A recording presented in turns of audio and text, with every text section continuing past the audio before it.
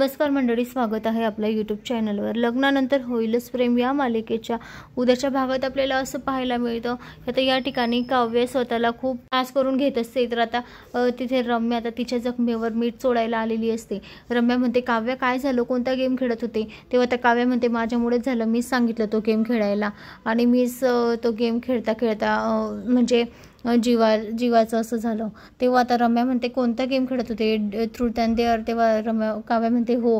तेव्हा आता रम्या तिथून निघून जाते। ती काव्याची मजाच बघत असते, कारण तिला हेच पाहिजे असतं।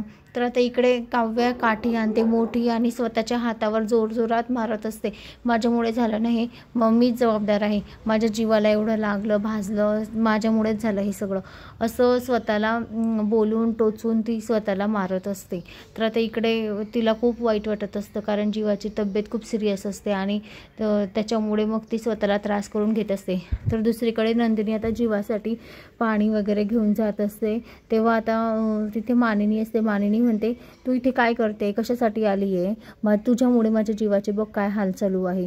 तू होती तिथे, तुला सांगता नाही आलं, तुला बघता नाही आलं, तुला हा खेळ थांबवता नाही आलं, काय होतीस तू तिथे? तेव्हा आता मानिनी आता नंदिनीला डायरेक्ट रूमच्या बाहेर काढते आणि म्हणते, आताच्या आता निघ तू बाहेर, आणि जर कधी आता माझ्या जीवाच्या आसपास पण तू फडकली तर मग बघ तू, माझा हिसका तुला दाखवेल मी आता।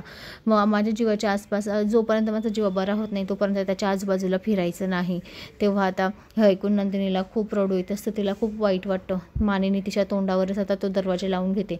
तर मंडळी, पुढे आता नंदिनी काय करेल?